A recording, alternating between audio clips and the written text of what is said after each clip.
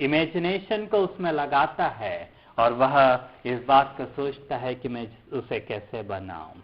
And most of the time he create something that he has already seen. बहुत सी बार वह उन चीजों को बनाता है जो उसने पहले से देखी हैं। And his imagination runs to an extent. उसका जो इमेजिनेशन है वो केवल कुछ दूर तक जा सकता है। Probably God might have thought in his mind, how do I create human being? How should he look like? शायद परमेश्वर ने भी सोचा होगा कि मैं मनुष्य को किस तरह से बनाऊं, वह किस तरह से दिखना चाहिए। How his shape would be, उसका आकार किस तरह का होना चाहिए। And probably he might have put lot of thoughts into it. उसने शायद बहुत कुछ सोच विचार करके मनुष्य को बनाया होगा। And when a sculptor builds his sculpture, he tries to put some mud on a pole or something, and then he tries to begin to shape it. और जब एक मूर्तिकार मूर्ति को बनाता है तो वह मिट्टी थोपता है किसी लकड़ी पर या किसी चीज पर और उसके बाद उसे आकार देने की कोशिश करता है। Probably God might have done the same thing. He might have given a shape, then probably the eyes would have come into shape, probably the nose would have come into shape, probably the lips would have come into shape, probably the ears would have come into shape. और शायद परमेश्वर ने भी इसी तरह से किया होगा और धीरे धीरे आंखों ने आकार लेना शुरू कर दिया होगा और नाक ने आकार लेना शुरू कर दिया होगा और होठों ने आकार लेना शुरू कर दिया होगा और कानों ने आकार लेना शुरू कर दिया होगा। Probably he might have put lot of effort into it. और परमेश्वर ने शायद बहुत कुछ उसमें अपना एफर्ट डाला होगा। So God took lot of time, effort and his thinking when he created human being. और जब परमेश्वर ने मनुष्य को बनाया तो परमेश्वर ने उसमें अपना समय, अपना सोच विचार और अपने मेहनत उसमें लगाई। So human being is not an ordinary thing. जो मनुष्य है वह एक साधारण चीज नहीं है। Today probably many people do not have the value for human being. बहुत से लोग आज हैं जिनके लिए शायद मनुष्य एक मूल्यवान व्यक्ति नहीं है। But for God, a man, a woman is a valuable thing. किंतु परमेश्वर के लिए एक मनुष्य जो है वह बहुत कीमती चीज है। If you look into the world's famous sculptors, the sculptures they have created, अगर आप दुनिया के सबसे प्रसिद्ध मूर्तिकारों को लें और उनकी जो कलाकृति है उसको लें, so probably they can sell that for millions of dollars.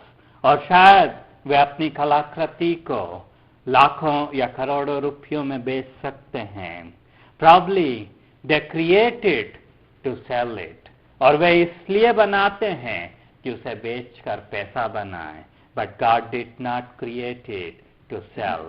परमेश्वर ने मनुष्य को इसलिए नहीं बनाया कि उसे बेच दे। Instead, he did something else.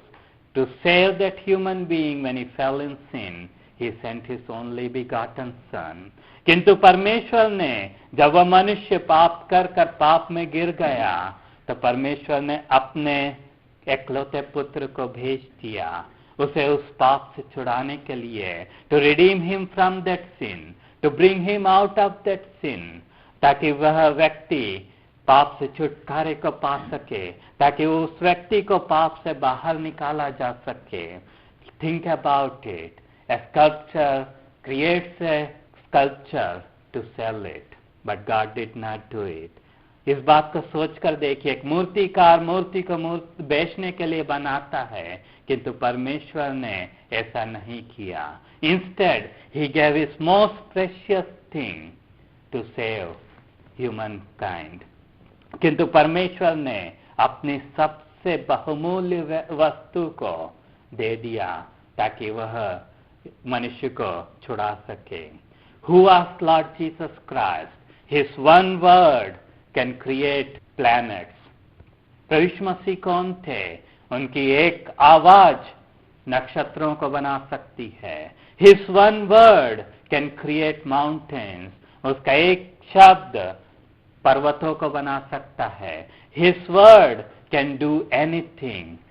उसकी एक आवाज किसी भी चीज को कर सकती है. He lived in luxury. उसने अपनी जिंदगी को लग्जरी में जिया. He had everything. He had angels to serve him. प्रभु यीशु मसीह के पास सब कुछ था. उनके पास स्वर्गदूत थे उसकी सेवा करने के लिए. He had all the gold of the world.